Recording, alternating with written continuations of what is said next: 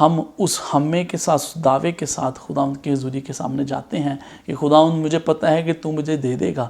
اور یہی بات حزقیاہ کے منہ سے ہم سنتے ہیں کہ وہ 16ویں آیت میں کہتا ہے، اے خداوند کان لگا اور سن، اے خداوند اپنی آنکھیں کھول اور دیکھ، اور سرخیب کی باتوں کو جن سے زندہ خدا کی توہین کرنے کے لیے اس نے اس آدمی کو بھیجا ہے سن لے۔ اب یہاں پر حزقیاہ بادشاہ دلیری کے ساتھ خداوند کی حضوری میں آتا ہے، اور خداوند کی حضوری میں آ کر وہ تمام باتیں، وہ دل کا حال، اپنا بوجھ خداوند کو سناتا ہے۔ اور اس کے بعد تیسری چیز وہ کرتا ہے، وہ ہے وہ خدا پر انحصار کرتا ہے۔ اس کا کانفیڈنس خدا پر ہے، اور اس کے بعد وہ ڈیپینڈ کرتا ہے خدا پر، خدا کی اس معموری پر اور اس خدا کی اس قدرت پر ڈیپینڈ کرتا ہے۔ اور یہاں پہ لکھا ہے 17ویں آیت میں، اے خداوند اسور کے بادشاہوں نے در حقیقت قوموں کو اور ان کے مملکوں سمیت تباہ کیا، اور ان کے دیوتوں کو آگ میں ڈالا، کیونکہ وہ خدا نہ تھے بلکہ خداؤں آدمیوں کی دستکاری، لکڑی اور پتھر تھے، اس لیے اس نے ان کو نابود کیا ہے۔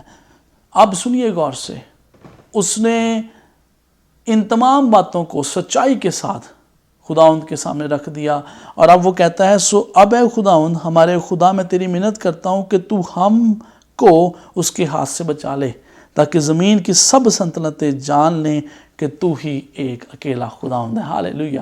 ہم اس بات سے اپنے آپ میں دلیری محسوس کریں کہ آسمان اور زمین پر صرف ایک ہی خدا ہے، اور وہ ہمارا خدا ہے۔ وہ اکیلا ہی خدا ہے جو سلطنتوں کو مغلوب کرتا ہے۔ وہ اکیلا ہی خدا ہے جو آگ کی بھٹی میں سے اپنے لوگوں کو نکال لیتا ہے۔ وہ اکیلا ہی خدا ہے جو مصریوں کے ہاتھ سے اپنے لوگوں کو بچاتا ہے۔ ہم اس کے کرشموں سے، ہم اس کے معجزات سے، ہم اس کی ہیلنگ پاور سے، ہم اس کی تمام قسم کی اس تمام فتوات سے واقف ہیں۔ اس کلام کے مطابق حزقیاہ نے کیا کیا؟ اس نے کہا، خداوند تو اکیلا ہی خدا ہے جو میں بچا سکتا ہے۔ اس نے خداوند پر انحصار کیا، نہ روپے پیسے پر۔ آج ہم دیکھ رہے ہیں کہ ہم ہزاروں، یہاں پہ کینیڈا میں، یہاں پہ امریکہ میں، پوری دنیا میں لوگ ہر تعلیم میں ہیں، لوگ اس بات کی ہلچل میں ہیں کہ وہ زیادہ سے زیادہ سامان اکٹھا کر سکیں۔ لیکن حزقیاہ نے کیا کیا؟ اس نے خداوند پر انحصار کیا، اس نے اپنا سب کچھ اسی کو مان لیا، اور کلام میں لکھا ہے کہ اس نے کہا، خداوند تو ہی مجھے بچا لے گا، تو ہی مجھے بچا لے گا۔ اس کا مطلب کیا ہے؟ کہ ہمارا واحد ذریعہ خداوند یسوع مسیح ہے، ہمارے خداوند یسوع مسیح۔ اس نے کہا، اے بوجھ سے تھکے ہوئے ماندو، میرے پاس آؤ، میں تمہیں آرام دوں گا۔ اور آج ضرورت ہے، جس طرح حزقیاہ نے وہ خط خدا کی حضوری میں جا کر پھیلا دیا، اس طریقے سے ہم اپنے دل کی بات، اپنا بوجھ، اپنے بچوں کی فکر، اور سب سے بڑی بات ہے، ہم آج موت کے ڈر میں ہیں، ہم خوف و ہراس میں ہیں حزقیاہ کی طرح۔ لیکن حزقیاہ نے کیا کیا؟ اپنی تمام قسم کی وہ فکریں، وہ بوجھ خداوند کو دے دیں، اور اس نے خداوند کی حضوری میں یہ کہا۔ اور سنیے غور سے، خداوند دعاؤں کا جواب دیتا ہے، خداوند اپنے لوگوں کو مشکلوں، مصیبتوں سے نکالتا ہے۔ ہم سب جانتے ہیں حزقیاہ کی بات میں، حزقیاہ کے کلام میں، حزقیاہ کی اس بات میں ہمیں نظر آتا ہے کہ اس نے جب دعا کی تو خدا اپنے بندہ یسایہ نبی کو بھیجا، اور اس نے کہا کہ حزقیاہ پریشان نہ ہو، خوف نہ کھا، نہ گھبرا۔